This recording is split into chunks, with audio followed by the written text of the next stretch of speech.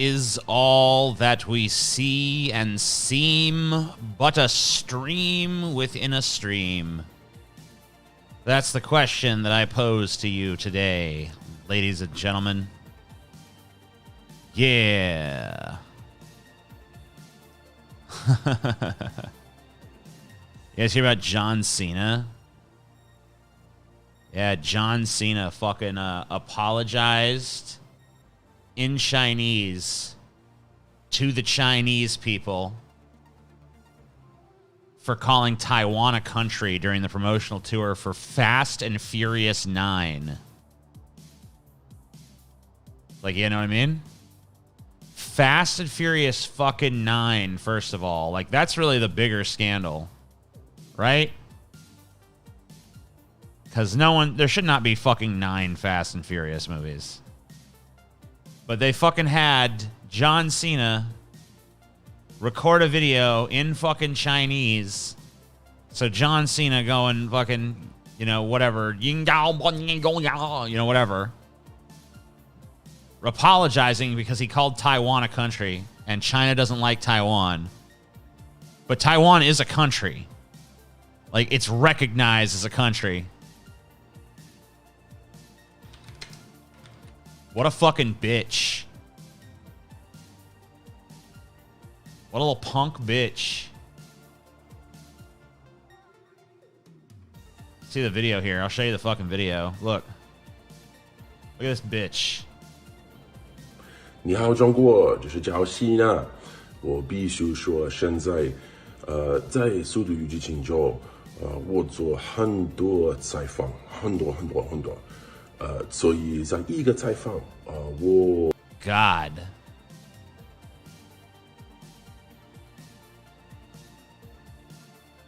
He said it was a mistake.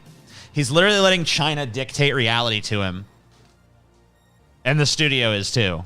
Make no mistake, the studio put his ass up to this, of course. Because they don't want to fucking ruin the China box office for Fast and Furious 9. And so he's out there denying the existence of Taiwan to please China. What a little bitch. What a punk-ass bitch. John Cena is a bitch. He is a bitch-made motherfucker. I don't care how much muscle he got. I don't care what he fucking can bench press. I don't care if he could kick my ass. He is bitch-made. And this is proof. Drew McTeague gave me $10. He says, will you do another off trek for us? Your takes are brilliant. Also, Taiwan is #1. Also, always buy from Taiwan if you can. Hell yeah. We here on the Amazing Atheist channel love Taiwan and recognize the existence of Taiwan. And I'm going to fucking make an announcement right here and right now. I no longer recognize the existence of the country of China. There is no China. Fuck China. There is just only Taiwan. From now on, I'm going to print a map. And where China is, I'm crossing out China. I'm writing Taiwan 2, Electric Boogaloo. Take this money I was going to give Paul. Oh, so sweet. Thank you. You're a nice person. I love you. So how y'all doing today? Everyone doing good? Hopefully everyone's doing all right. I love you guys. You know that. I think my love shines. It radiates from every pore of my being, does it not? See what we got here. What else is going on in the world? Anything else? See what's trending on Twitter, maybe. Richard Marks. Who's that? Rand Paul? What do I care about Rand Paul?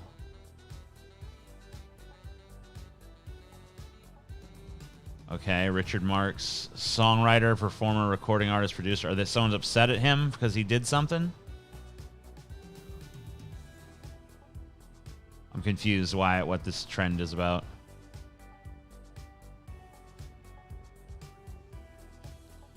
TJ versus John Cena at WrestleMania 82. Sounds good. think it sounds like a brilliant fucking plan.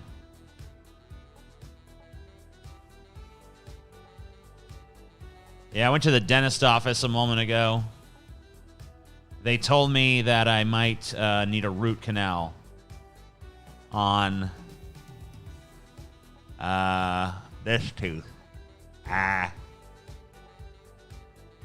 don't know.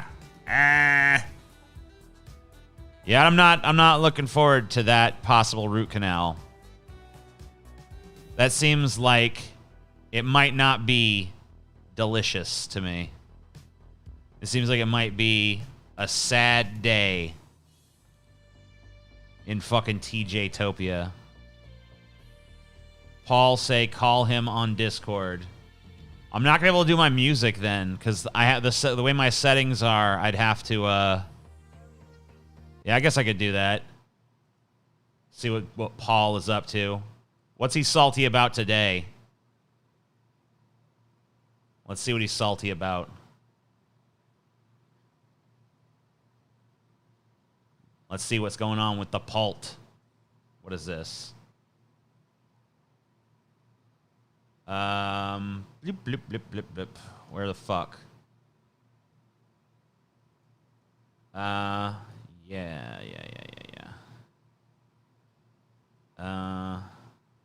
Okay.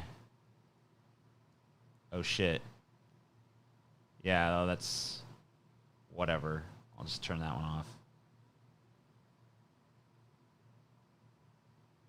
Is he gonna answer? Hello? Hey. What's up, you piece of shit? I'm getting echo right now. I don't know. Is it still happening? From me? No, I guess not. I guess we're good. All right. Hey, what up? Oh, nothing. What you salty about today, Paul? Oh, dude, this pride shit's got me pretty salty. Oh, you salty about that? Well, not as salty as last night I had a salt explosion. I think you read at least a couple of them. I did read some of it. I saw you liked a couple of them. Yeah. I don't know if you spread your likes too liberally, and I did notice that you stopped short of retweeting any of them.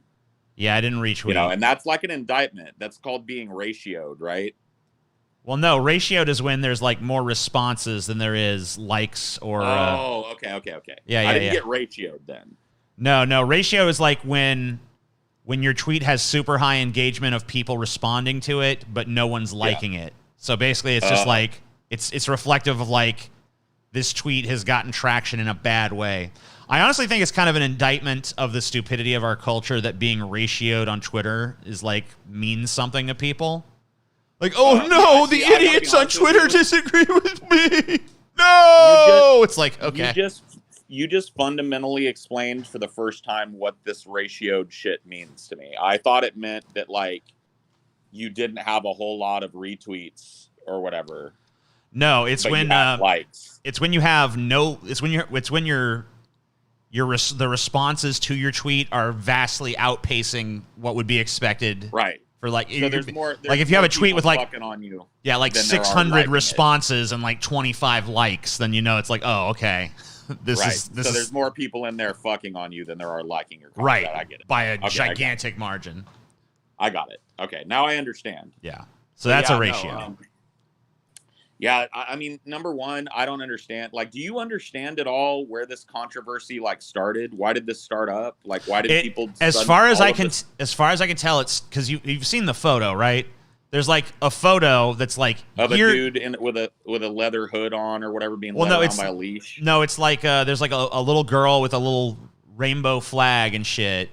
And there's she's like riding on one of those guys. She's not riding on them, but there's like some dudes in like dog masks nearby her that she's like kind of interacting with in some way. And like this photo has been circulated in the past. It's been circulated by conservatives as like, look at the degeneracy of these homosexuals or whatever. But now I guess it's like it's being circulated in this very different way of like, we need to clean up pride, y'all. We need to normalize. Well, like, can I give you a contention? Yeah, go ahead. This is the radical leftist to neolib pipeline in action.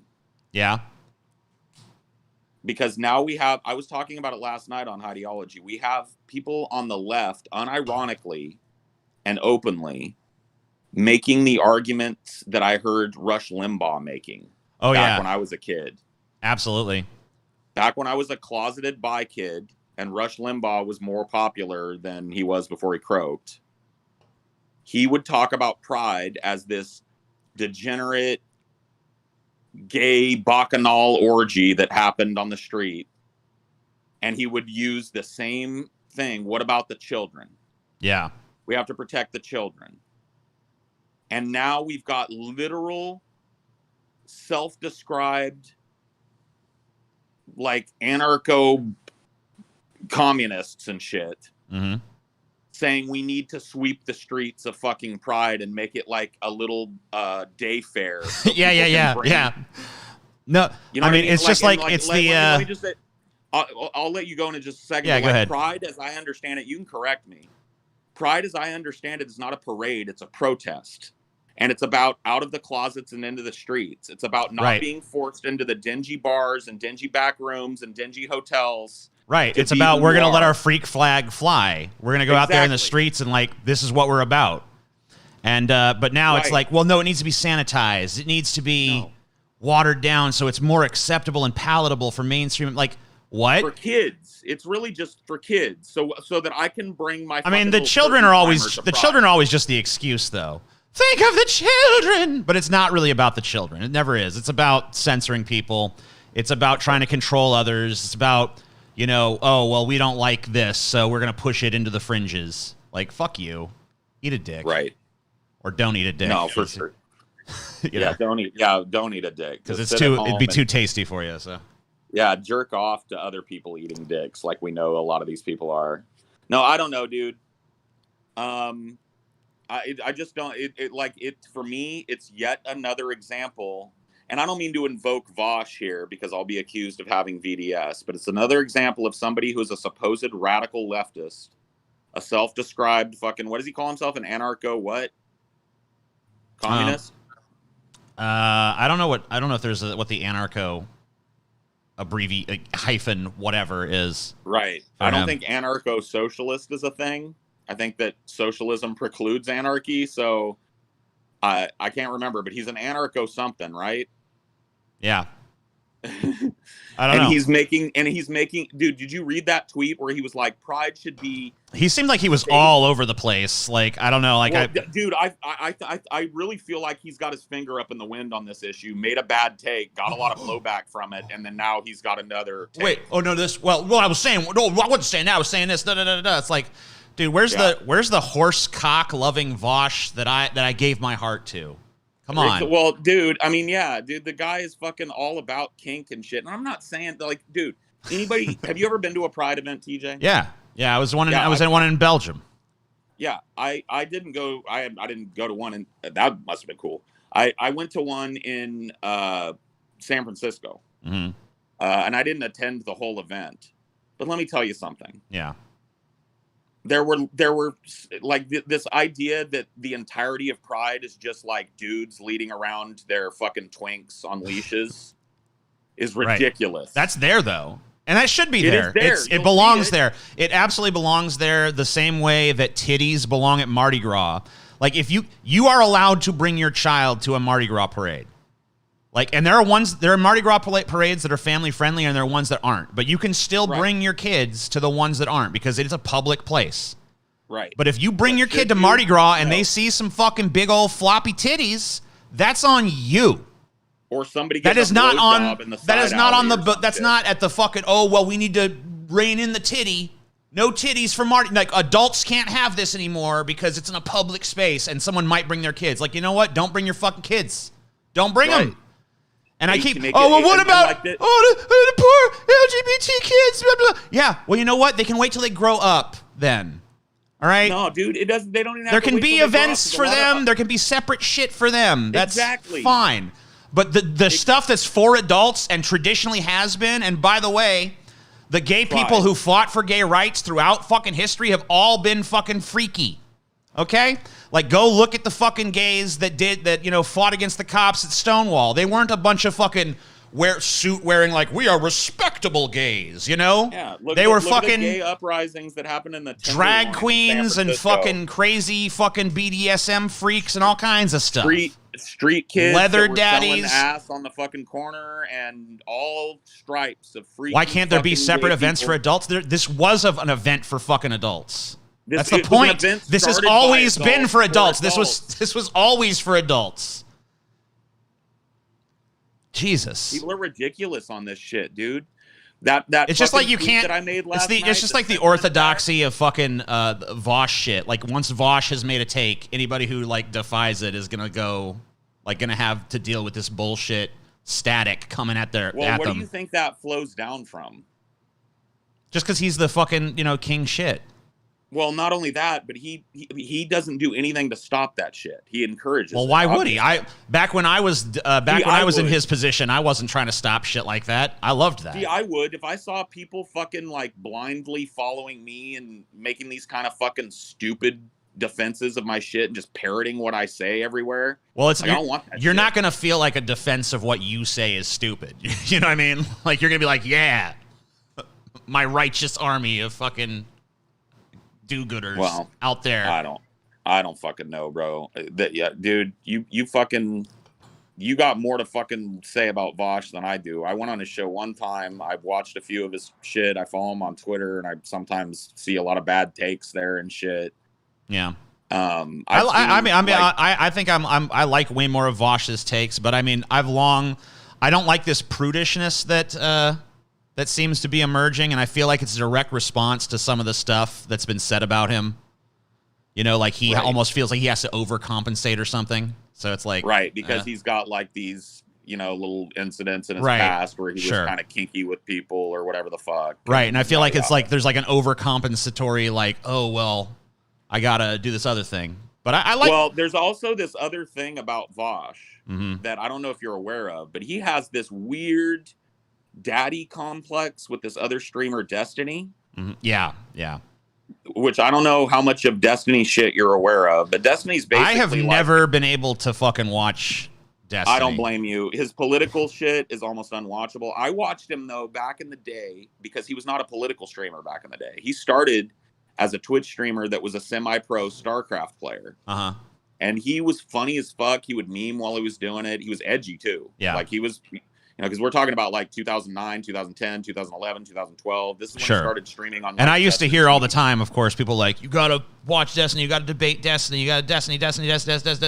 Well, that didn't start until he started being a debate bro. Right. At some point, video games became his side thing, and his main thing became this political shit.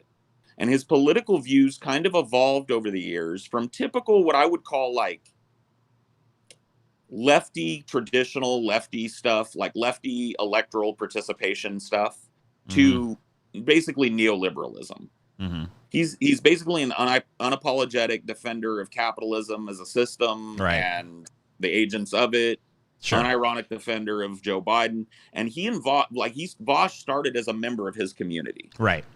Who distinguished himself by having a lot of hot takes in the chat, and then started making videos of his own to counter Destiny sometimes. Well, yeah, and I know he used to pop on into Destiny's shit. I've watched videos that recap their history and stuff, because I can't actually sit through anything Destiny does. Dude, trying to listen to these two, because I don't know what to call it, but there's some kind of parasocial connection between these two, and I think most of it is on Vosh's end, because I look at Destiny and the way he reacts to this shit, because I have actually sat down and watched a couple of. Thank you, Shitty Economist. I appreciate you.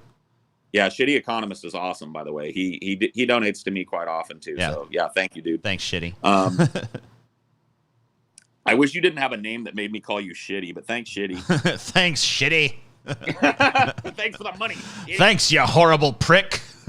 But anyway, I don't mean to go on and on, because guilt by association is not what I mean to imply here. But there's definitely something in Vosh's psychology and his presentation that ties a lot of what he is to Destiny in some way.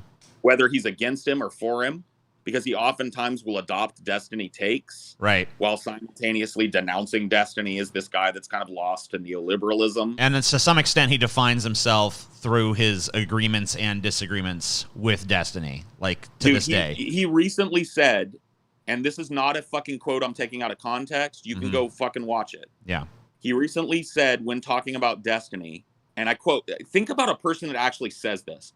I feel that I've outpaced him intellectually at this point. Right.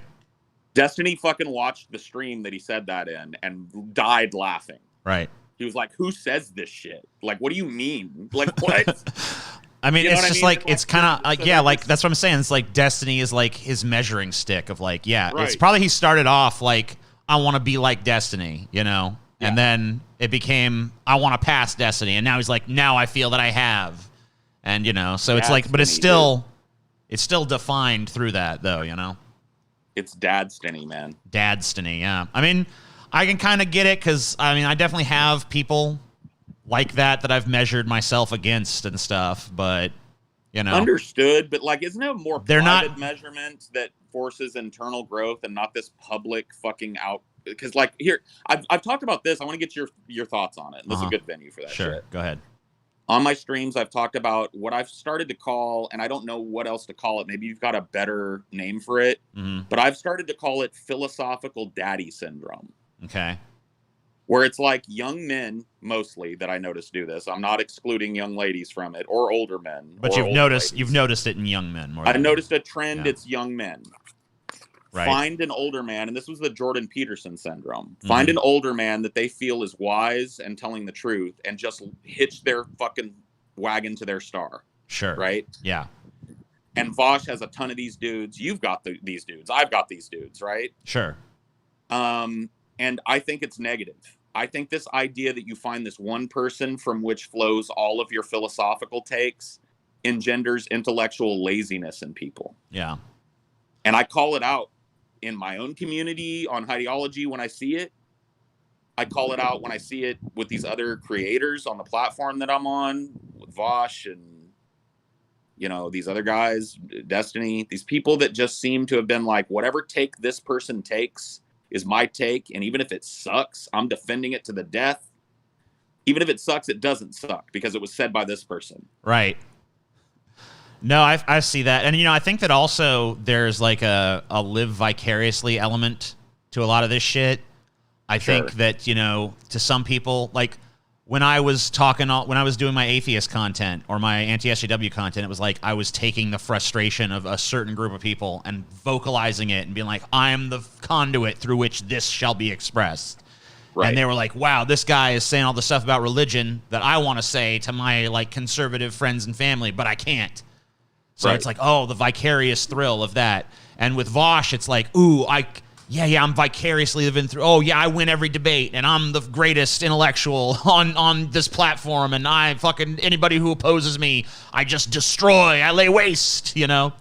And but it's not them. It's not you doing that. It's Vosh doing that. So you're just a guy watching and going, yeah, yeah. And I think that, dude, like I'll tell you how I noticed this shit. Yeah. Vosh mentioned me in a stream months ago, and during that stream, he said that he felt like I'd quote lost the plot. Now, whatever, I'm not salty about him saying that or whatever. Yeah, but that is what I because you probably feel the same way back, right? So, well, I don't know. I mean, I don't necessarily know. I haven't talked to Vosh in a long time. I don't watch enough of his stuff to really claim to be an expert, but I do follow him on Twitter. I do listen to some of the debates that he has, and I think that Vosh, maybe unknowingly, is pipelining people towards more neoliberalism. Right. And that's my contention. I really like the worker co-op stuff. So, well, I mean, like that's not like here, dude. But I think you're a little bit more anti-market than I am, though. Like I'm not. Here's the thing. Yeah, go ahead. I'm not necessarily anti-market, but I've been reading this book called Death at the Haymarket. It was written back in like 2009, I think, 2006. Yeah. And it covers which happened in Chicago, mostly at the behest of European immigrants and Eastern European anarchists that immigrated here, saw the horrible conditions in post-Civil War America for workers, and started to organize labor. And there was a time where they decided that at the time, because you remember the party switch, right? That they were going to try and work with the Republicans. And the Republicans basically sold them down the river to the oligarchs and robber barons. Right. And so they all decided, and when I say they all, I mean the working people of Chicago, basically, through the voices of all of these crazy radical anarchists and labor organizers, right? Decided that politicians were against them, and that they had to make the change outside of the political process. Right. So they withdrew support from the Republican Party and hit the streets. They were called 8-hour strikers because they were striking for an 8-hour day. Right. Which, by the way, they won. Right. Yeah, that's why we have that. Right. And so this was an apolitical movement in terms of left-right electoralism.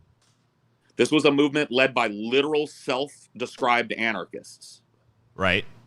From Eastern Europe and Marxists. That Karl Marx and Engels were alive at this time and giving orders through their International Labor Organization, International Men's Labor Organization called the International. So internationals were being set up all over the world, taking orders directly from Marx and Engels at this time. And America was based as fuck because it was an international men's workers organization. And in Chicago, they were like, what about the women that are working in these fucking tallow factories and shit? Fuck that. They organize with us. Solidarity. So America was even more based than Marx back then. Someone asked what our thoughts are on mandatory vaccines and gave $5. I'm in favor. Same. Yeah, I don't. How far in favor are you? So Biden passes a national vaccine mandate. Dude tests it, and you know they're going to do it. I'm not going to do it. No. Then what? Yeah, I think they should be probably hit with fines at first, and if they still won't pay the fines or comply, then obviously, I don't know, jail time. See, here's what I've been saying: fines for a couple of fines, and then if they indicate continued obstinance to going down and getting the goddamn vaccination, so that they're not a public health hazard. They go to jail, but only for the duration that it takes for them to get their 2 shots. Yeah. Put them in jail. Someone shows up, gives them the shot, and is like, hey, report back here at this date for your second. You probably should just Johnson & Johnson them, even though it's not the best vaccine. At least it's like a one-shot kind of thing. The one shot, take them in, put them into custody. Because obviously I don't want them clogging up the system or anything. But yeah, I think hit them with a couple stiff fines and let them know, like, if you don't fucking pay, like maybe a warning for first, like, hey, you need to get your vaccine. Right. If they haven't done it a week later, all right, here's a fucking, $500 fine. If they haven't done it a week after that, it's like, all right, we're sending police to your house. You're going to fucking jail. You're getting your fucking vaccine forcibly, and then you'll be released. I don't view this as a civil liberty. I don't view this as like, well, what about my rights not to, like, you don't have a right to fucking endanger others, so fuck you. No. Like, if you need a vaccine, you need a vaccine. There's no reason to be fearful of it. Literally half the population has gotten it at this point. There's not been disastrous fucking side effects. We need that immunity. Our country needs to be protected from fucking the pandemic. We saw what it did. We saw what happened. I had a friend from New York visit me recently. Yeah. And they were just talking about, like, what the conditions were like in New York City, which, like, I had no idea just, like, how crazy it was for just the people, like, on the ground in the city. Like, literally, like,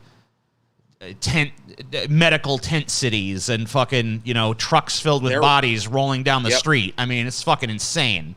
Anybody who's going to, like, contribute to that, fuck that. You don't have a right to do that, in my opinion. That's not a civil liberty in my mind. Nope. I mean, the kind of metric that I use, and it's a little trite and probably overstated, but your right to windmill your arms ends at my nose. Yeah. Yeah, exactly. You know what I mean? So someone just said, this is another paying person, David3188 Cole gave $10 and says, Paul, if you liked Death in the Haymarket, you'll like From the Folks Who Brought You the Weekend. They should make a film based on the Haymarket affair. I totally agree. It's crazy. There was a bombing that really divided people on the labor movement and was kind of a setback in the early labor movement, but it ended up pushing forward and getting a lot of concessions, including laws against child labor, the 8-hour day, the 40-hour work week. I mean, a lot of people in labor today don't realize how much of, like, the stuff that doesn't suck about their job came from socialist protesters. So I mean, not just socialist, outright anarchists. Right. Like, straight out Eastern European anarchists, but usually that very didn't like think Marx went very far like enough. left-leaning fucking anarchists though. Well, yeah, of Usually, course. anyway. They were what would be called today class reductionists. Yeah, probably. No, they were 100% that.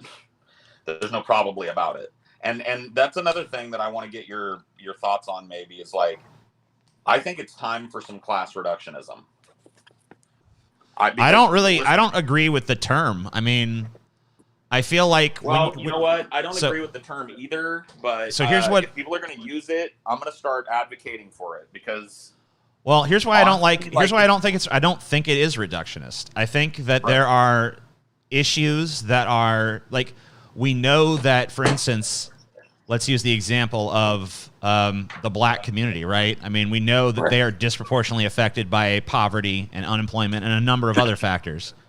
Social issues. If you start to address those economic issues with the intent of uplifting people out of poverty, you're going to, by the nature of that directive, you're gonna lift black people. You're gonna disproportionately raise black people out of poverty by doing that. Even though you're not specifically, you're not going like, I'm gonna lift up people by race. You're saying I'm gonna lift up the poor, but you're gonna disproportionately lift up black. Yeah, and all kinds of people. Because look, the people that tend to find themselves in shitty economic positions more often than not are people who don't have strong community support or who live in impoverished communities. And that's black people, and that's trans people, and that's gay people in some instances, and a number of other people that are just outsiders, basically. Right. Whoever doesn't conform to the orthodoxy, basically. Right, or whoever's not part of the favored mainstream American culture, which, by the way, is exactly who they're trying to pander to with this like keep kink out of pride bullshit. Right. We don't need to pander to those people. We need to destroy those people. I mean, the only way that you destroy those people is to stop talking about poisonous social issues and do some class reductionism and start talking about economic issues, because that's where you're going to find common ground with people with stupid ideas about fucking trans people. That is true. But and we need them too, by the way. There's no such thing as organizing just leftist workforces. No such thing exists anywhere in the United States in enough numbers to do it. So we have to reach across. I mean, there are not significant numbers of what I would consider to be leftist in any way, shape, or form. And then even a lot of people who are leftists, like, they have very different solutions to problems than what I would prescribe, or you would prescribe, or Vosh would prescribe, or whoever else would prescribe. Right. So it's very difficult because there's not a lot of us, and we don't really have a cohesive agenda. I think that there was a chance for that with Bernie Sanders, but after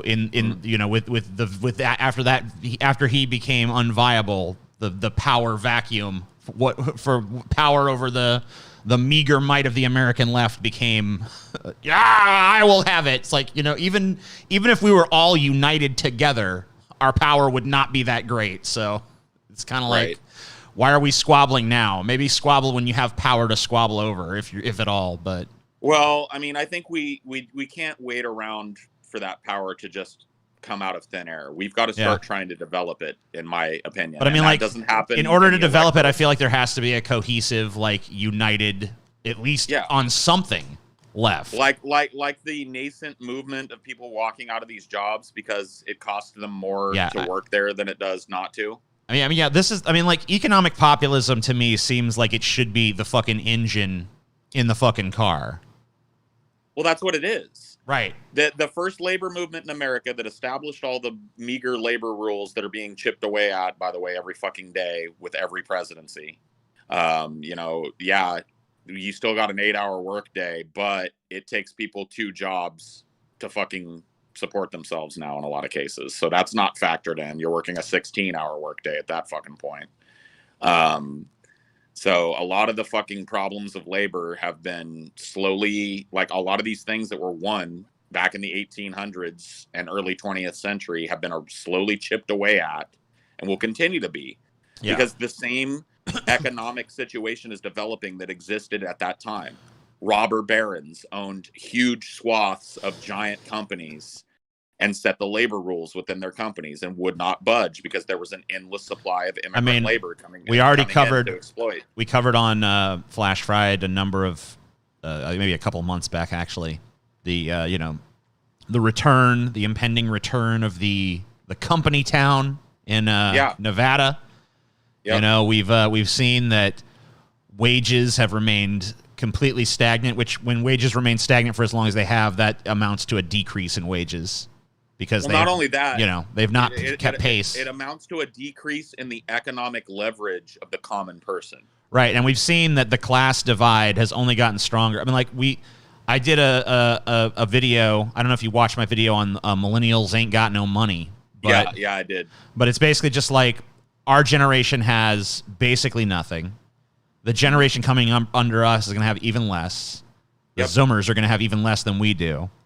And it's like, how much can you deprive people of resources before they get pissed off enough to, well, whatever, you know what I'm saying? Yeah. And it's just like... What I'm saying is, dude, like, we have to start looking at this for what it is. Because the same... People like to talk about material conditions for revolution. The same material conditions, modernized, of course, exist now. We are living under a system of ever larger corporate conglomerates, a.k.a. robber barons, that have been given personhood legally. Right? So it's not even just one person now. It's not like Jake. Well, at least in terms of their financial contributions and a few other matters.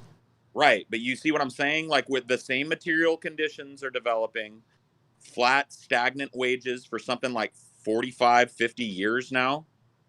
Right? Since before I was born. I mean, I don't know the exact figures, but yeah, it's yeah. And a huge transfer of wealth. I've told you this story before, and I won't go into the whole thing, but I was basically a rich kid growing up. Now, I wasn't a rich kid. My parents weren't lottery winners or business magnates or business people. They worked at a fucking blue-collar factory. My dad was a grease monkey mechanic, unionized. My mom pushed a broom and drove a fucking forklift and a front-end loader. Blue-collar working people that made their nut by the sweat of their brow, and I lived basically what would be called a rich kid's life. Right. They bought 6 acres of land on a beautiful rolling fucking plain, built a house, not just like bought a house, but engaged an architect to design a house to their specifications. I had a horse growing up. I had chickens. I had all kinds of animals. I had basically like a little self-sustaining farm. I had tons of toys, like not just cool fucking, like I wish I would have had the foresight to save some of the fucking toys I had. I'd probably be a millionaire off of some of the toys I had. I had a lot of early Star Wars toys because my parents were friends with this dude. We called him Little Ray. He had a cleft palate surgery that was botched when he was little. It was done in Mexico. He was an immigrant. And he had a speech impediment because of it. He's the sweetest dude. And he heard that I was into Star Wars, and he just started giving me shit. And the shit that he gave me was all these like Star Wars fucking... or the original run of the figures, the original Rancor, the original ships and models that they released when the movies were new. Yeah. I had no clue what I had. But like I said, I had all this shit when I was a kid. My parents had all these fucking toys. And on a normal working on the wage of 2 working class people, which like exactly that would be like such a ridiculous fantasy at this point. My parents were almost killed driving a brand new 1987 Firebird, which was a badass sports car at the time. Right? Like, on 2 working people's wages, they went like, should we get a minivan or a fucking Firebird? And they were like, why not both? Exalted Daimyo said, maybe I'm wrong about this, but I feel like the robber barons have gotten much better at propaganda since the 1800s, and they gave me $10. Well, they've got a lot more. I mean, they didn't need to be. There was no need for PR back in the 1800s. You know what I mean? Like, now there actually is like some attempt to control public opinion. Like, this was like prior to social media and shit. Like, public opinion is like a currently, like, it's like a living, thriving, always active thing now. It wasn't in the 1800s. It was a little bit slower moving of a beast. And even if a bunch of people disapproved of what a company was doing, it was like, what are they going to do about it, you know? Well, in Chicago, the answer was working people from all walks, even people that were just in non-adjacent industries, hit the street for a common cause, which was the 8-hour day. Yeah. I think that something similar needs to happen in some of these big cities and centered around some of these big giant companies. striking for, the things that workers are denied now, a living wage, not just $15 an hour, but in perpetuity, the right to bargain for a contract. We need to remember too that like TikTok automation's coming. You know what I mean? Right. So that's another thing that I talk about. Like we need to not only fucking address the rights of workers. We need to address the people who are soon to be out of work. Because there's going to be some kind of social program in place that provides for people. Yeah, because pretty soon all of these so-called stepladder jobs, and not only those, we just covered it. So the stepladder jobs all going away, right? Right. The jobs that you're supposed to step up the ladder to, doctor, lawyer, fucking all accountant, all that shit going away. What's left? Yeah, there's going to be less and less jobs for human beings are the best suited for. It's going to eventually, unless we destroy ourselves first, reach a point where we're going to be basically useless in the workforce. Like where if there are humans working a job, it's going to be for political reasons rather than effectual ones. Yeah. So I mean, like, there needs to be some we need to fucking work on really building up that social safety net, because if we allow that completely automated workforce to be privately owned, then the whole of humanity is fucked. Right.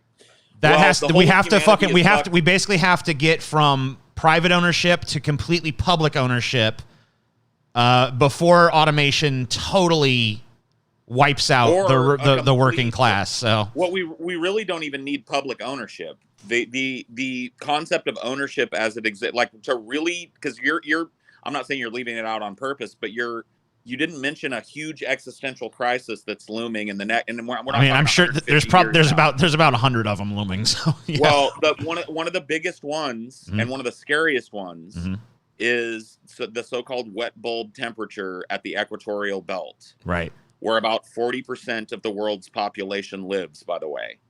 In about 30 years, according to current science, it is going to be functionally uninhabitable for human beings. The humidity and dew point will be so high that human beings will do nothing but sweat outside, and they will literally die if they're outside for too long. Right. People will be fleeing this. We're talking 40% of the global population will be fleeing north or south to escape this. We're talking about the biggest mass migration of humans in human history. And it's 30 years from today. It's already happening now. You're seeing the front edges of it now. And it's not just outside the borders of countries. It's within countries. I'm a climate refugee. Yeah, I left Louisiana primarily because... Uh-oh. Here. You drop out for a second? No, I'm still here. Okay. Can you hear me? Yeah. You just dropped out for like one little second there. I was just saying I'm a climate refugee from fucking Louisiana. I left there primarily because I was tired of the fucking constant humidity and tired of the giant storms. Yeah. So I left. And I'm the front edge of a massive migration of people away from these affected coastal areas that's going to happen in the next 20, 30 years. At the same time as this unprecedented movement of people from the equatorial belt. Well, why do you think it was so important for, we got to build a wall. Because, eventually it's going to get to the point where it's like, we got to have an army along our entire border to keep people from coming up, because there's going to be more and more climate refugees. Well, think about this, though. Do you think capitalists are going to look at that and go, like, keep them out? Or do you think they're ultimately going to look at, like, cheap labor? Let them in.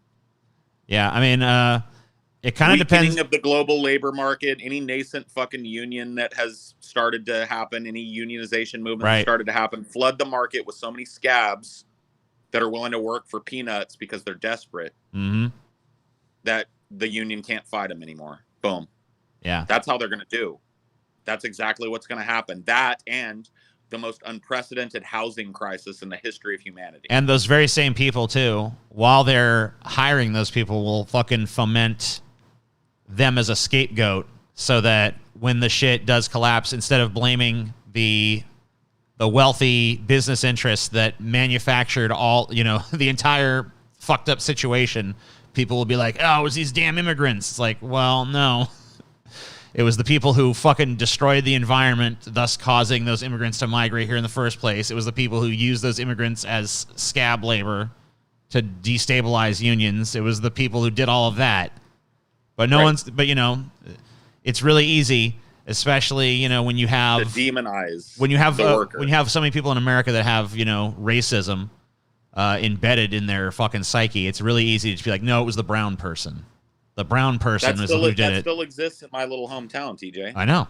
Mine too. There's still this dividing brown versus white line where the white people that live in my little hometown feel like the Mexicans are taking everything over and taking our gerbs. Thanks for the $10, David, who said when I was a young kid in the mid-2000s, the number one toy was Bakugan. I don't know what that is, but thank you for the $10. Anyway, sorry, Yeah, Paul. Thank God I wasn't a kid in the 2000s. Yeah, I don't know what fucking Bakugan is. Maybe it's cool. I don't know.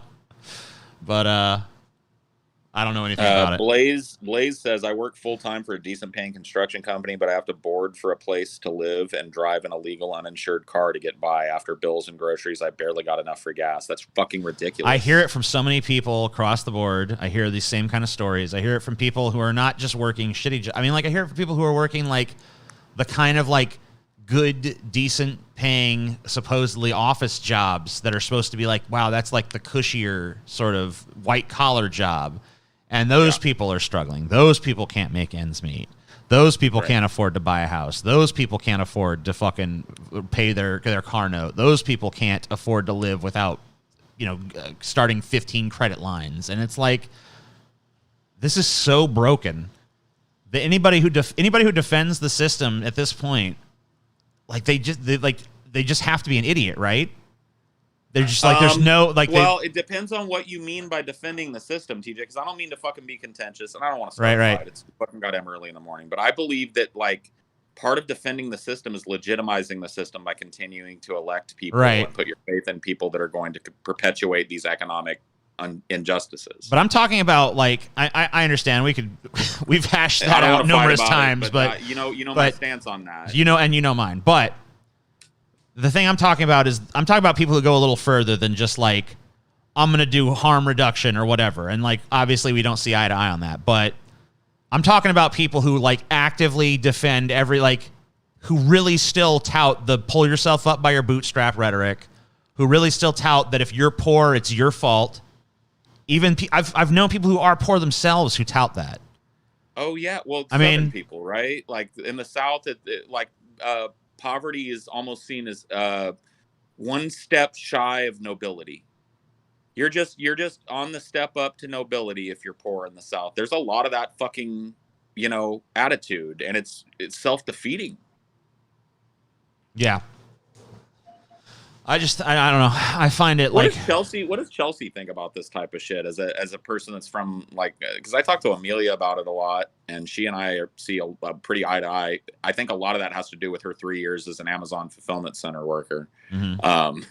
She's been used and abused more than your average 23-year-old. Yeah, Chelsea also worked in Amazon for a little while. It was very brief, but she did work there for a few months. She knows what it's like anyway. Right. So what is it when you talk to her about this stuff? If you do, what is she? I don't mean for you. I'm just wondering. Where is she at on this type of shit? I mean, Chelsea's as usual. I mean, I think as usual, she's probably more of an extremist than I am in a lot of ways.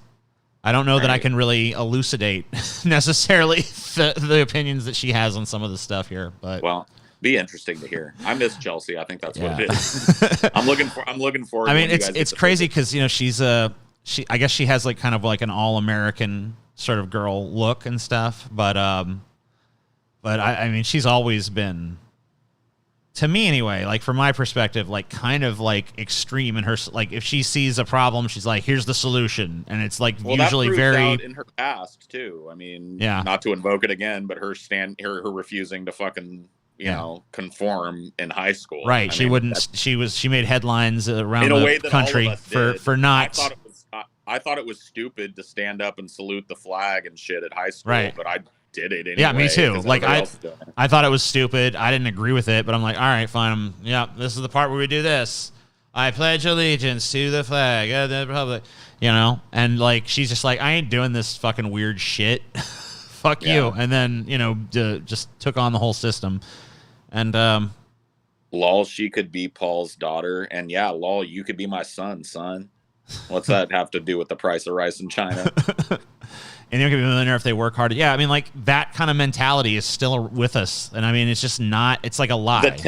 The temporarily disappointed millionaire mentality. Right. It's a fucking total lie. There is never a guy who's going to, like, work so hard at being a fucking custodian or something that he's going to become a millionaire. Maybe with the exception of the guy that invented Flamin' Hot Cheetos, who I guess actually did do that. But that story is like a 1 in a fucking million lottery ticket kind of fucking tale, you know? Yeah. The vast majority of people, I've known so many people who worked hard their entire lives, who fucking at the end of it all don't have a fucking pot to piss in or a window to throw it out of, because that's just not enough. Working hard is not enough.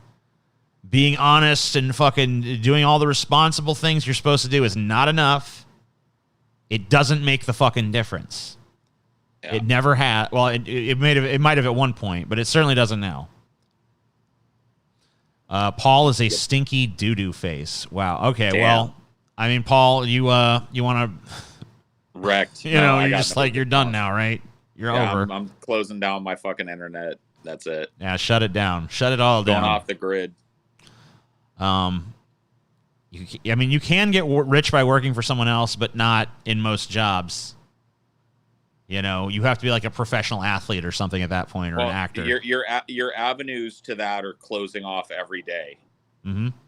The avenues of advancement from normal positions to high-paying positions within companies, the doors are slamming in your face every fucking day. I mean, that's just proven by, once again, the statistic of millennials controlling so much less wealth than the generation that came before them in the same point in that generation. I think, like, I don't remember the exact statistic, but it's like a fraction.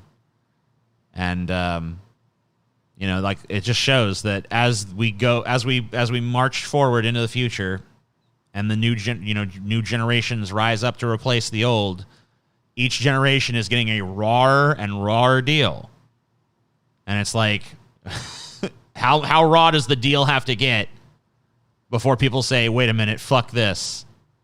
Like, what does it take? Well, I mean, the answer to that is yet to be answered, I think, or those material conditions have clearly not been met. But I think that now is a moment that we have to seize. Like, we're looking at historic dissatisfaction with the labor market. We're looking at the historic inability of the labor market to provide a decent living wage for people, historic poverty, historic homelessness, historic indigence, historic, people slipping through the cracks of our social safety net, as it phrase. This is a moment in human history that if we let it pass with no action other than voting for Joe Biden, then, we fucked up again as leftists, in my opinion. Oh, yeah. No, I can agree with that. A historic moment. Right. I mean, I think that, voting for Joe Biden is not a solution to anything. It's just, like, to me, it's a harm reduction vote. To you, it's like not even that. You don't even think it does reduce harm. But whatever you believe on that, it's not enough to actually change anything. It's not even close. So, what we need is, like, I don't know if, is maybe what this labor shortage we're seeing and these people refusing to return to these shitty low-paying jobs, maybe that's the beginning of some kind of general strike or something. But of course, organization and all of that shit, man. Right. And funding and all of that, material support, mutual That's aid. The problem is that I don't even know if the population that we're talking about actually has the resources to outlast corporate America on this anymore, because the wealth is so concentrated towards the top that it's almost like, well, if we don't now, then we're definitely not in 20 years. No. You know what I mean? That's my point. The situation's only going to get more fucked, so you're probably right about that. If we're going to try something, now's it, right? Yeah. I'm thinking, like, now within 10 years of now, something needs to coalesce, because it's only going to get worse. The best time was 30 fucking years ago. The second best time is now. A worse time would be any time in the future. But it's brutal. I don't know. I just don't see it, but I want to see it. I wanna believe that we can fucking take some kind of action, but I don't know what your book schedule is like, but that book that I recommended to you earlier, Death in the Haymarket, it's a really interesting read, and it really talks about actual tactics, and it touches on a lot of the stuff that you and I argue about, but it shows actual practice on the ground. Now, I know we're not in the 1800s anymore, right? mm-hmm. I realize this. The population has exploded since then. The labor market is very different.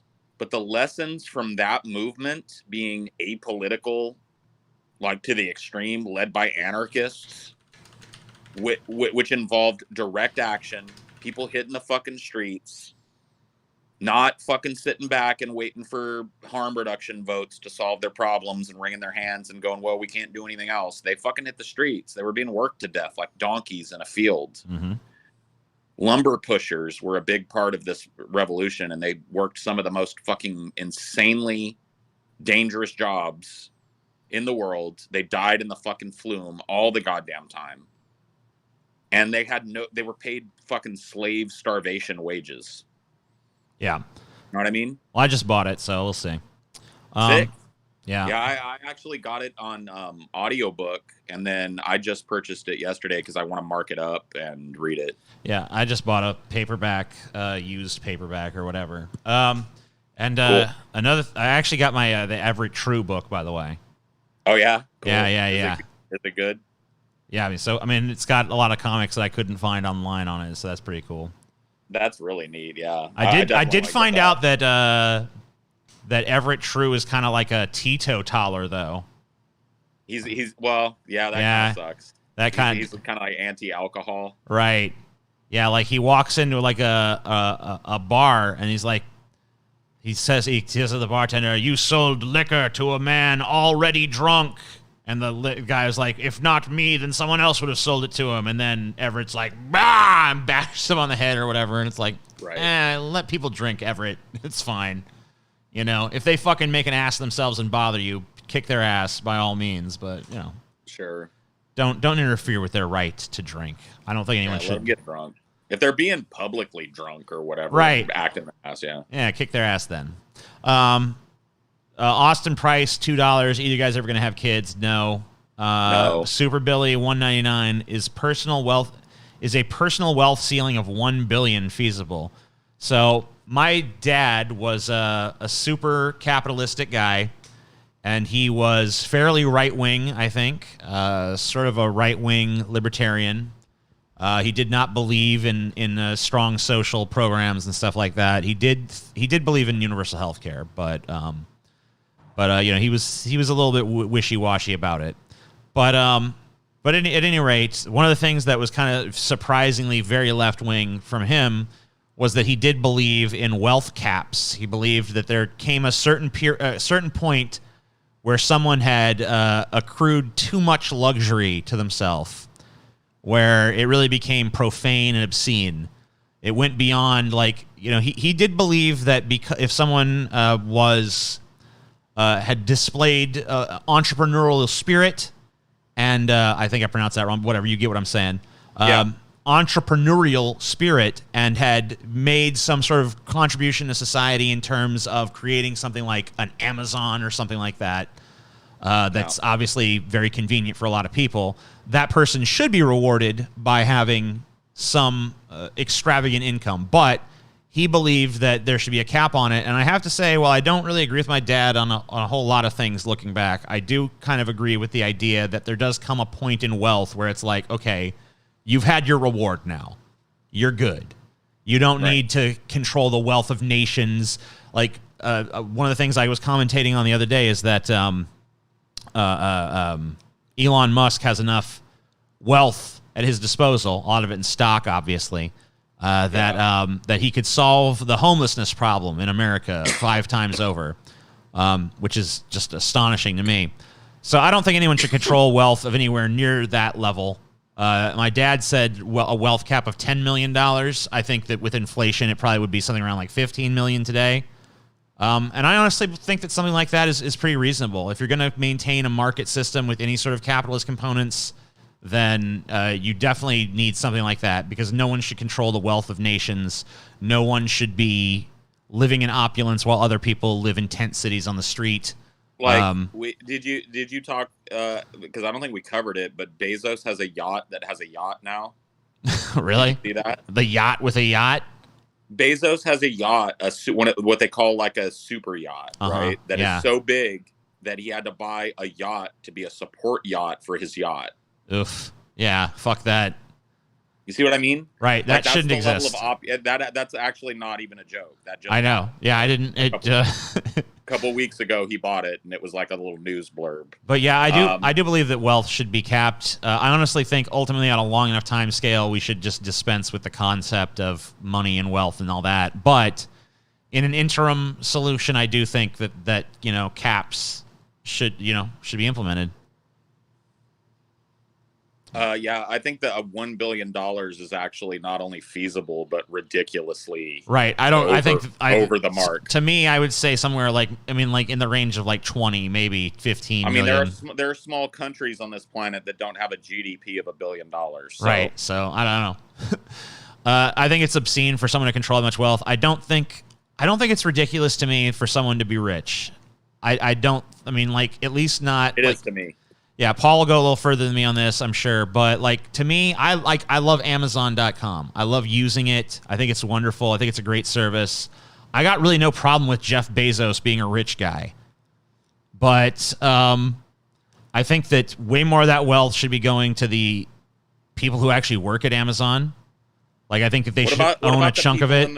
What about the people in the fucking factories and shit in the global south that manufacture all the cheap shit he sells on Amazon? Right. I don't think that, we're talking about a global solution at that point. I think that... Well, no, but I mean that, at this point... Well, this is an argument that kind of happened on Vosh's shit 3 or 4 months ago. I think he was arguing with someone about how... Yeah, if you have a social democracy or something, you're still exploiting the labor of the global south. You're still relying on third world and it goes cheap beyond labor. Exploitation is undercutting it, in my right. opinion.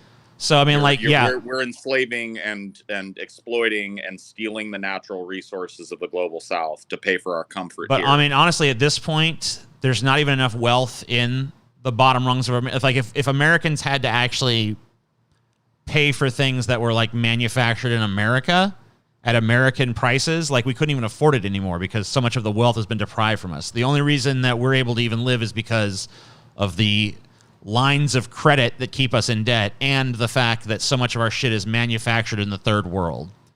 So you have to be very careful when you're pulling out the little pieces of the Jenga tower there. Right, but I mean that's we should definitely transition away from that, though. I was talking. Let me get your thoughts on this. Sure. I think a kind of sick nationalism has developed amongst Americans, even Americans on the left. I am before you go on. I don't know if I might fit this description because I don't know if I consider myself a nationalist, but I do consider myself a patriot, and I do fly the American flag and stuff. I do have an appreciation of this country, even though obviously I have criticisms. But I don't know if I'm going to fit the description, but I'm just going to throw that out there before you say it. But go ahead. Well, I mean the idea that even amongst leftist circles, we talk about organizing American markets. Uh-huh. If you read Death in the Haymarket, you will see that it was a global workers' movement. Now, yes, a lot of what they did was very regional, but part of that was to fight for workers everywhere. Yeah. In hopes that workers everywhere would see what they did and accomplished and rise up themselves and be materially supported by the adjacent organizations that they'd established, right? Yeah. That was the hope behind this. And there seems to be this functional lack, this kind of almost myopic view amongst leftist political people that I watch and listen to. Yeah. That puts America at the center of the universe. Yeah, sure. And we got to solve the problems here. And they want to kind of gloss over things like the fact that, all right, Bezos makes a lot of money by exploiting basic slave wages in the global south and shit and selling those fucking products at a pretty absurd markup to people for the convenience factor of it. That's really what he does. Right. That's Yeah. like a Walmart that comes to you, basically. Right. So people, like, it just seems like in defending his right to be this uber capitalist robber baron, you are speaking against not only the workers that work in his factories. Well, I think they should be cut in on the action, personally. What do you mean? The workers. Say again, no? I think they should be cut in on the action for Amazon. Well, I mean, to what extent, though? Like, to the extent of, like, being partial owners of Amazon. Well, that ain't never going to fucking happen. Well, we're talking about a lot of stuff that probably ain't going to happen, but, you know. Well, I mean, we're talking about one thing that has happened in America. I mean, look, Bernie Sanders already introduced legislation that could have, like, well, he wasn't introduced legislation, but he, on the campaign trail, was like, I want to give 20% of these major companies over to their workers and give them a seat at the board. And to me, that was just like a first step in, like, okay, like, let's build towards the worker co-op thing. Where did it go? Well, it died when Bernie Sanders didn't, you know, win the nomination. Are you still on team Bernie Sanders was scuttled, or are you one of these people that's recontextualized Bernie Sanders as not having the popular support needed to win? I think it's both. Yeah, okay. I think it's a little bit of both, but I think he was definitely scuttled. But I also Twice in a row. Yeah, well, I mean, like, look, the fact of the matter is that, you know, say what you want about the dirty tactics of the DNC, the youth vote did not show up for Bernie Sanders like they could have. The old people vote showed up in spades in record numbers, and old people already had good voting numbers, but they showed up in record numbers to vote in the primaries for Joe Biden to stop Bernie Sanders, but the youth did not show up to push Bernie Sanders. So... And that was. I mean, I think that the youth vote is always overestimated. Yeah, to the detriment of people. They always It's always like, this is gonna be the year. And I mean, I've fallen for it year after year, time after time. You've gotten me every time. I'm not falling for it again. I'm never counting on the youth vote to show up again, because it just doesn't. No, it doesn't. They just young people are too busy fucking doing whatever, having sex, doing drugs, having fun. They don't give a shit.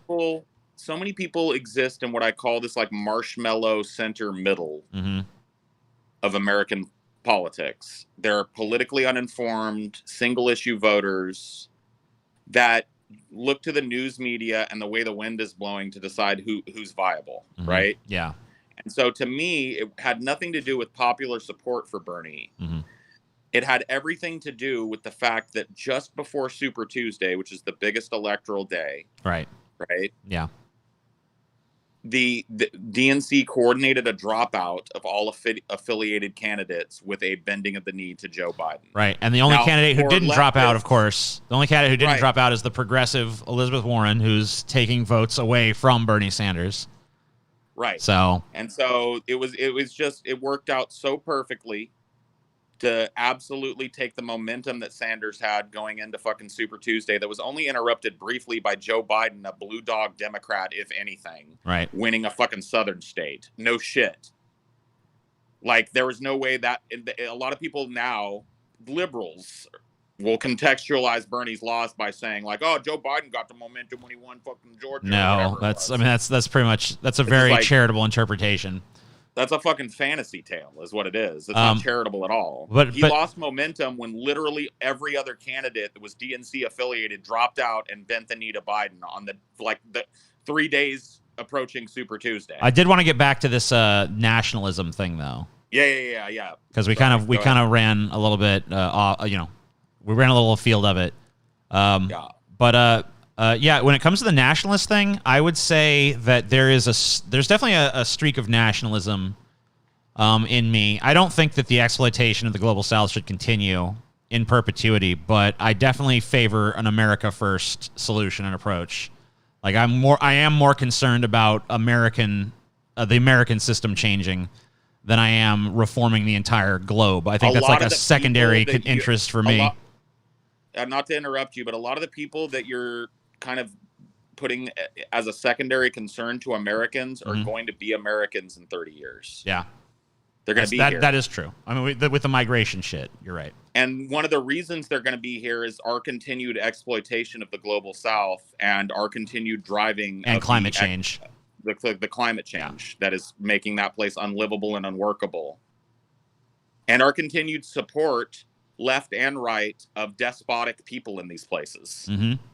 People are going to be not only fleeing climate disaster, but these despots, as they become more and more incapable of providing basic needs for people in their fucking country because of the ecological devastation that's happening and the interruptions to the global markets. These people are going to be fleeing every kind of thing that faces people on the bottom rung of society. Yeah. So to say that, like, I understand, and I'm not trying to fucking get in between you. You know I have a fucking nationalistic streak, too. You've heard me go on my fucking patriotism rants.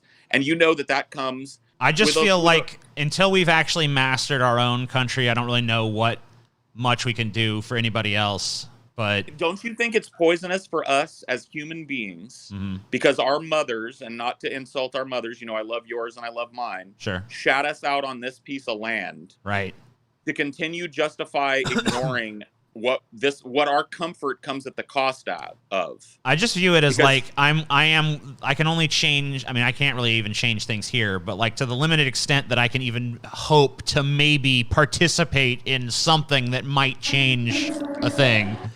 That's gonna be in America, because that's where I'm a citizen. That's where I have any sort of political will to act on. Right. I can't really change conditions in Guatemala until I've changed conditions here in America, and I don't even stand a good chance of doing that. So. When these anarchists and unironic communists and Marxists changed things in Chicago, they changed things for the nation. And as somebody who admits to some slight nationalism, that America is somewhat of a beacon for the world. Right. That brought a wave of labor change to the world. Right. I mean, and I wouldn't have any problem with that, but like those people, they were focused on local shit. They were like 8-hour workday. They were focused on local shit, but they were taking orders from the international, which was and they used that as their rhetoric. What happens here in Chicago is what is going to affect where you came from. They were talking to immigrants from Eastern Europe that fled the economic devastation that was going on there. Yeah. Right? Mm-hmm. And came here. They said the echoes of what you do here are going to reach the shores of your nations, the nations you came from, and the people that still live under that. That was the whole idea behind the movement. So I'm not saying that you have some button you can push to help a Haitian immigrant. Right. I'm saying that you have to fucking, in my opinion, and you can take this for what it's worth, take it with a grain of Paul. Sure. In my opinion, you have to open yourself to the idea that the problems of the third world, what used to be called the third world and is now referred to as the global south, are the problems of America. Sure. We have materially supported these dictatorships for generations before you and I were even born, bro. Yeah. Absolutely. Okay? Well, and other superpowers have played their and other roles superpowers as well. That are shitty to their fucking people. Just in the early 2000s, China had most favored nation status with us. Mm-hmm. And now the left wants to saber rattle with China over the Uyghur genocide, like that wasn't going on back in the 90s. Mm-hmm. Or things equivalent. Yeah. Right? Something like that. So it's just like we have to stop thinking about this nationalistic America is going to save everybody shit, because we are fucking everybody. The truth is, America is a big hungry engine of consumption. And we're fucking the global south. And until we start admitting that, and admitting that what we do here and the comfort level that we have here has consequences for the world, we're not addressing the fucking problem. I'm not saying we can fix it from here directly, but we need to start putting our heads together for ways to start making things better for everybody, because everybody we uplift makes this planet better for poor people. I agree. Mr. Caveman 366 said he gave 55 NOKs. I don't know what those are, but he said that would be an argument to convince conservatives to be against global warming, to lessen immigration. There's no. I'm pretty sure you'll hear it. Yeah, you will. You will. I mean, there's already terms being thrown around like eco-fascist, because of stuff like that. So you'll definitely see that.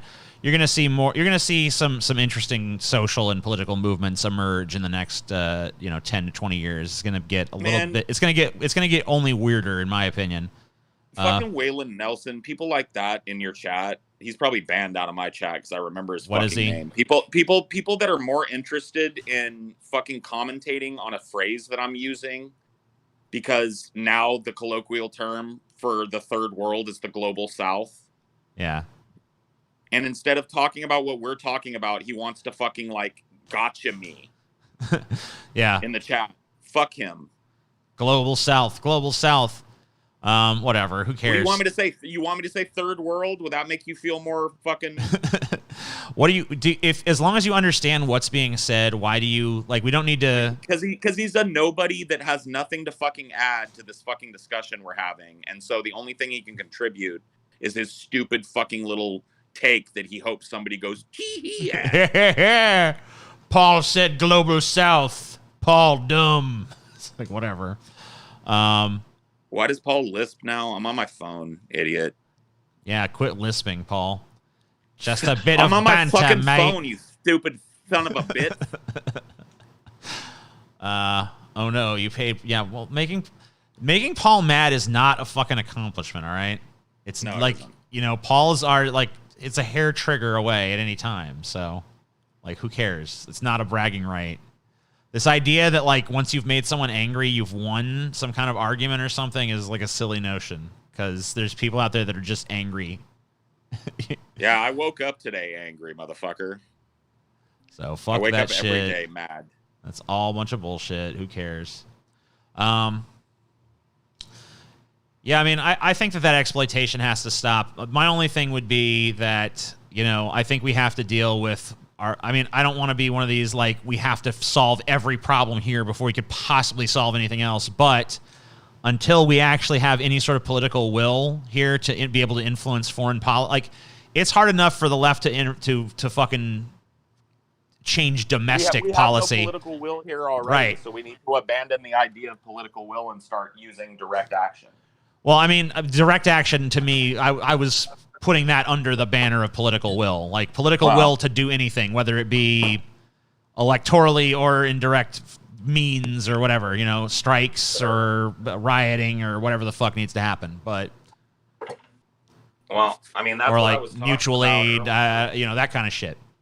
That's what I was talking about earlier with our need to fucking seize the day, carpe diem with this fucking economic situation, because when is this unique combination of global pandemic and economic meltdown and historic distrust of fucking institutions going to come again? I don't know. I mean? I think that I don't know what the future holds. I think that we're going to see some interesting stuff go down in the next fucking few years. You told me that early on in our relationship. We had a conversation at a fucking Denny's or some shit that made me late for my flight. Mm-hmm. And you told me, like, Paul, let me tell you something.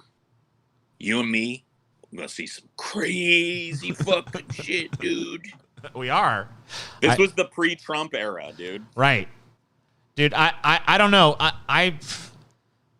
Things have always been fucking nuts. If you go back on this planet, like, people have been saying the old, like, reality's become so ridiculous you can't even parody it. Like, that line itself is old. You know what I mean? Like, it's just, like, things have been crazy for a while, but I have watched as things have gotten exponentially crazier, and I've been able, a really useful metric to track it is prominent conservative politicians. Sure. Because you can just see it. You can see, like, what's happening with America. Ted Cruz is a prominent conservative politician. Like, he's the most fucking unlovable weasel of a disgusting Nazi human being. And look at this Marjorie Taylor Greene bitch that's like the latest like punching bag for the liberal media, but for good reason, because she's a fucking nut job. Back in the day, it was like, I kept thinking, like, George W. Bush, there's not going to be, it was really like Dan Quayle. Not going to get dumber than that. Oh, George W. Bush. I guess it got dumber. Not going to get dumber than that, though. Oh, Sarah Palin. Well, we're not going to get dumber than that. Oh, it's Trump. We're not going to get dumber than that. Oh, here's Marjorie Taylor Greene. Okay. It's like, it's just going to get, like, it's, how far is it going to go? and every time you Right. have someone like that in the national spotlight, it's because a significant chunk of this country is like putting them there. Like, yeah, this is what we like. Right. So that's just on the conservative side of things. You look at the fucking liberal side of things. Like, we went from hope and change Obama fucking giving his fucking inauguration address before like a gigantic endless sea of people excited for the fucking new dawn in America that he was going to bring. Yeah. With like, I was watching that shit with like tears in my eyes. Like, wow, we really changed America, you guys. We did it. You remember when he went to Berlin? We did it. And people were crying? Yeah. Yeah. It's like, wow, we really fucking did it, you guys. We fucking brought forth a new, like, there was like a little thing like here and there. I remember getting pissed at Michael Moore because he criticized Obama a little in fucking Fahrenheit 9/11 or whatever the fuck, or whatever, whichever one he did that was around the time Obama was getting elected.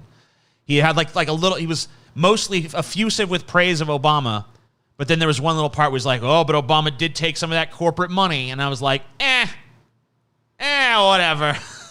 It's fine, you know? But then he was total dog shit, didn't do one fucking goddamn thing. Best thing he did was a fucking bill that I guess marginally improved some aspects of our healthcare system, but also did a giant handout to the insurance companies. So maybe like one step forward, two steps back on that one. So that was pretty much it for his legacy. Like, then it was just like, yep, I'm Obama.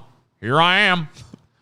Here's hey, we're gonna dismantle. Are you gonna dismantle the spy networks that are spying on all Americans? Nope. I don't want to expand it. It's like, oh, okay. And it's so fucking funny. I did a whole video about it. You listen to Obama, the candidate, talking about how he's gonna he's gonna dismantle the spy networks and shit, right?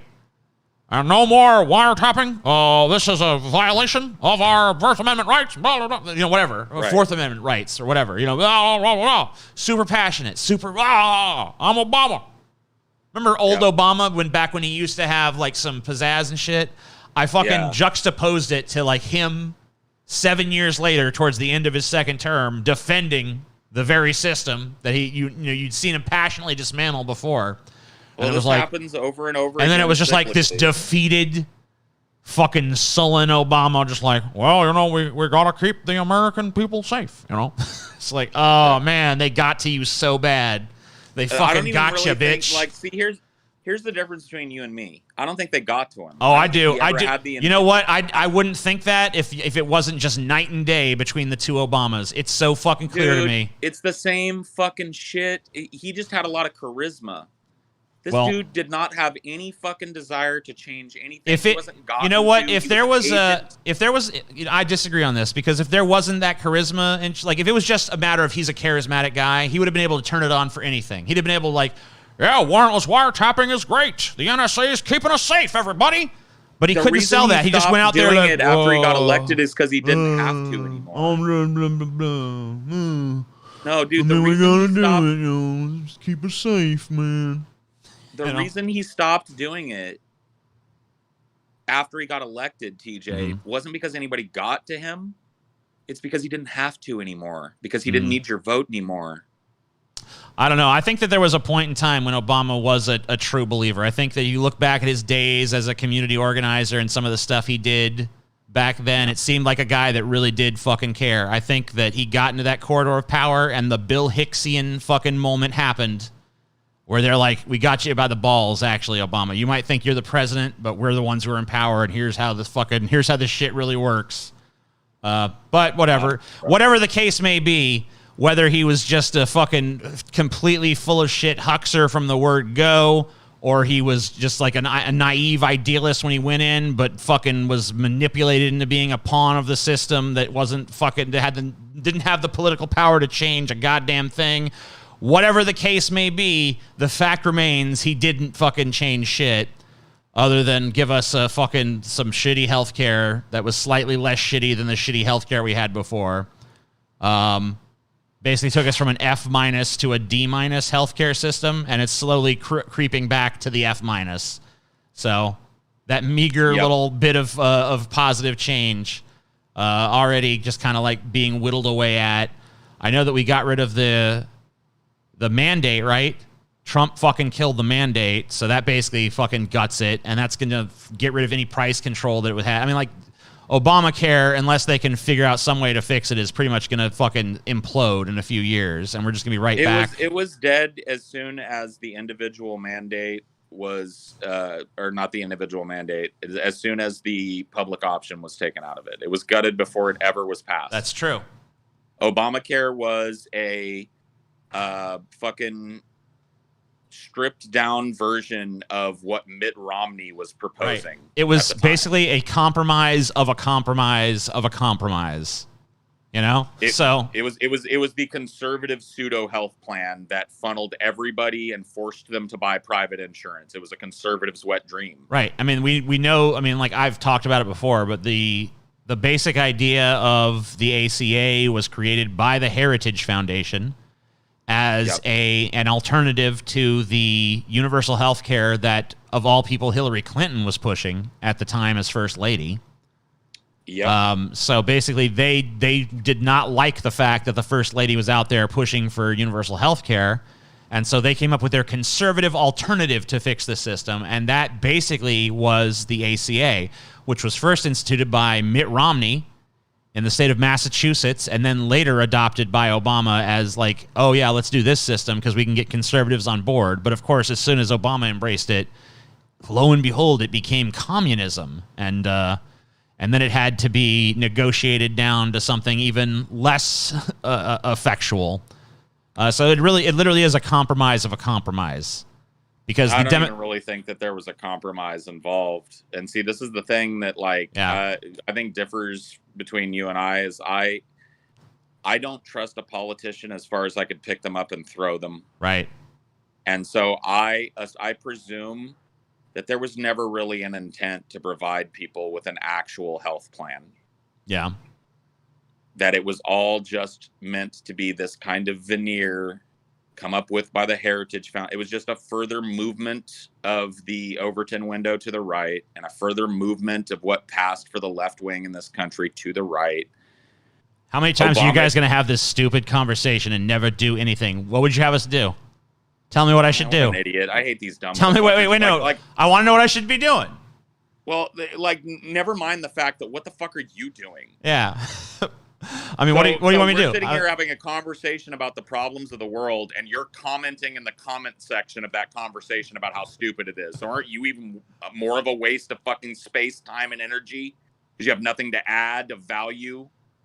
I mean, give me something I should be doing with my time that's going to be more effectual. effectual. I don't know. I should be doing. Well, I know that he's. Here's the thing: is I know he's got nothing. You know, and whatever he says is going to be something ridiculous, like go volunteer at a soup kitchen or some shit.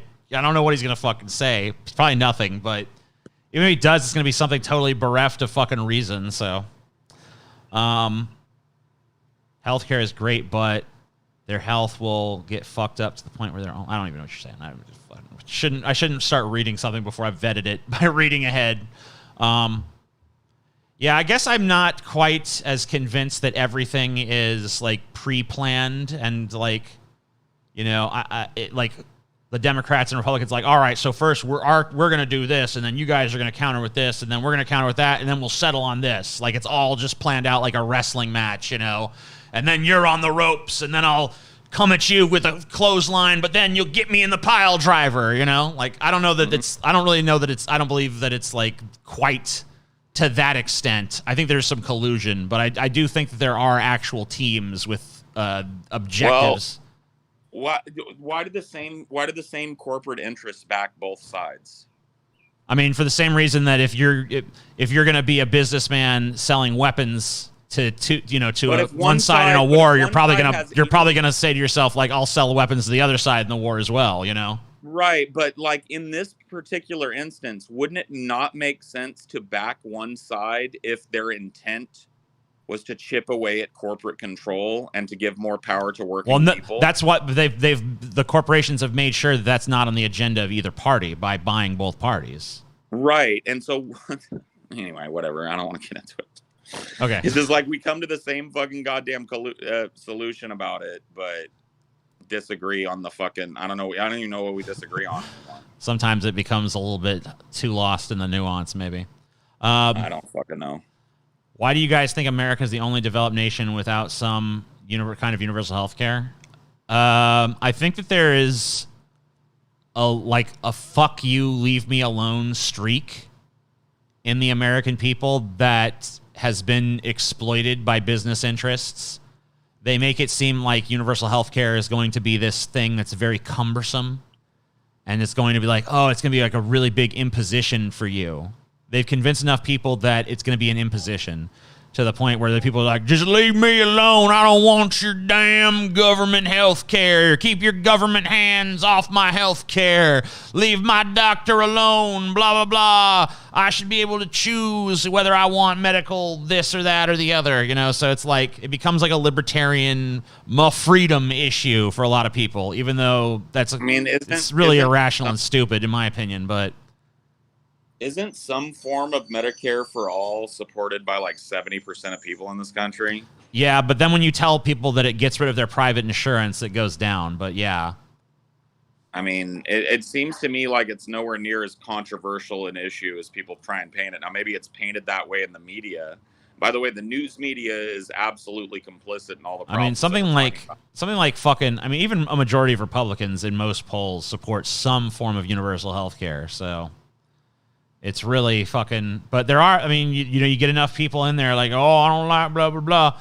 But I mean, like, this is just another, I mean, there was a study done a number of years ago that just showed, like, with hard data, basically, that the politicians in this country are way, way more responsive to the needs of the donor class than they are to the needs of the voters. Because, as long as they can, as long as they can keep one of these two parties in power and people just kind of bounce back and forth between them, boop, boop, boop, boop. As long as that's the status quo, there's never going to be any sort of like major impetus for these corporations to change anything, right? Because they've got it good. Whether there's Democrats in power or there's Republicans in power, like they're going to not be affected. I guess that sometimes Democrats will raise taxes on rich people a little. And there are some differences between how Democrats and Republicans manage the economy that can be looked at down to the statistical level. But like ultimately there's no political party in this country that's like, let's dismantle corporate America or let's really like do a massive redistribution of wealth from the top down. That there's no political will for that whatsoever in any sort of mainstream political sense. That's because I believe that this kind of red versus blue, donkey versus elephant kind of football game is exactly what you were describing earlier. Mm-hmm. And see, this is a major difference between our perceptions of this. I was talking the other night about how at the national level especially, but at the state level and even at the local level, politics are largely like a WWE. It's like making promises. I'm going to kick his ass so far to the moon, brother, that he's not going to, you know what I mean? Yeah. He doesn't kick his ass so far to the fucking moon, right? Like maybe he gets his ass kicked. It's all a show in the back. Like, because here's the thing. So much money has saturated these politicians that none of them have any, like you said, none of them have any impetus to disrupt the status quo. Even the ones that go to Congress saying that is their fucking modus operandi fall short of it. All right. Right. So we send these progressives to the House. We form a voting block of progressives called the Squad because they're supposed to act like a squad and force progressive legislation into these neoliberal bills. And they haven't done it once. Yeah, I was really disappointed when I didn't care about the force the vote thing the way you might have. I don't know how you were on that. I didn't really see talk about too much. I really, honestly, at the end, but it wasn't going to pass. But the people that dismissed it as nothing but performative are missing the whole point of sending a block of progressives to Congress in a slim margin House. There was that's the point. They exert the pressure of being a voting block, and they can hold up this lib legislation and get concessions on things like student loan debt. So this is there was the Capitol Police funding bill. Yeah. There was $1.9 billion in funding for the Capitol Police. Okay. And this is the first time that I've really been super pissed at the progressive Democrat, like AOC and shit. So let me just put this up on the screen here for a second. I'll put it up like this. But this is squad splits on Capitol Police funding, letting bill pass by 1 vote. They didn't vote yes on it, but they voted present. So basically, it was the equivalent of a yes vote. It was like, we don't want to be seen voting for this, but we're not going to vote against it. We're just going to vote present. And it was Democratic Reps Cory Bush of Missouri, Ilhan Omar of Minnesota, and Ion Presley of Massachusetts voted to take the measure down. But Reps Alexandria Ocasio-Cortez, Jamal Bowman of New York, along with Rashida Tlaib of Michigan, voted present. So if those 3 had voted no instead of present, this would not have passed. They could have held this up. They could have fucking stopped this from passing, but they didn't do that. So this is why this cockeyed pipe dream of sending these progressives into Congress never works out. Because even if not all of it's the same thing that happened to the Tea Party movement. If you want to take a look at the way that other people, on the other side of the political spectrum happens. The Tea Party movement was supposed to go to Congress and do exactly what the squad is talking about. Use a slim margin in the House to force more conservative legislation, right? Mm-hmm. And they ended up just immediately joining the rank and file of the RNC, immediately becoming entrenched in that, and the movement died. Hold on, I gotta read a few quick ones here. David3188COL gave $10, says, society is a process of human endeavor that is man-made. We have the ability to change it. Why the fuck do we allow those in control or with influence to convince us that it's impossible? I think people are very easily led towards that conclusion. I think there is a streak of pessimism in America that makes us feel like we're powerless. And so from that perception of powerlessness, we actually become powerless. There's another angle to that too. Yeah, hold on. Let me just do this other one, and I'll just hold on that thought for 1 second because I don't want this to disappear. Mr. Caveman 366 gave 109 NOK. Says it is supposing that people are skeptical towards non-Western, as such as African, Middle East. In my country, Norway, their crime rates are much higher, and their work rates average about 50%. I don't know what you're saying, but thank you for the money. I'm going to let Paul respond to that previous comment about why we allow those with power and influence to convince us that it's impossible to fix the problems. Right. So you said that some people are convinced of their powerlessness, and I agree. I think that both sides of the political spectrum in America are I'm stepping away, but you go ahead and keep going. Yeah, I think that both sides of the political spectrum in America are invested in the continued division of people against people. And so I think that there's definitely a component of that. But I think that if we ignore the fact that a lot of it comes from an argument of comfort, we don't want to sacrifice what we consider to be our American creature comforts. We want to continue living, those of us that can, a semi-stable fucking lifestyle. And defense of that is wrapped up in a lot of this. And the ability for people to live that semi-stable lifestyle is diminishing in this country, not growing. So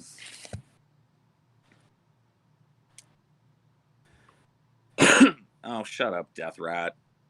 Fucking Trump was not the culmination of the Tea Party movement's success, you fucking moron. Dude, the people that supported the Tea Party tried to dump Trump, you idiot. Keep on streaming in the free world. A lot of morons in your chat, TJ. Sorry, I had to step out, let Scotty in. No, that's fine. I do have this book, though. See? The Outbursts of Everett True. Dope. Yeah, I got to get myself that. Here's, I got to do that. Here's Everett beating the shit out of a guy, saying, "Don't spit on the sidewalk." Just bludgeoning him with the umbrella. Does not like when people spit. Yeah, fuck him. Fuck them, dude. Fuck rude people. And fuck people that drink, too. Dude, here's Everett True's beating the shit out of this guy for having a wristwatch. Yeah, dude. Fuck him. Yeah, he's like, He's like, I'm having a little trouble with my watch, and he sees that it's a wristwatch, and he's like, fuck you, bitch. Wristwatches are fucking... There's no class to a wristwatch, god damn it. Get yourself a pocket watch like a real man. Don't be an imbecile. Damn, what a fucking Chad. Hell yeah. Anyway, I guess that I'm going to wrap this stream on up. I might pop on here later. I'm sure Paul probably will on his ideology shit as well. Yeah. But we must do things now, so peace. Yeah. Peace.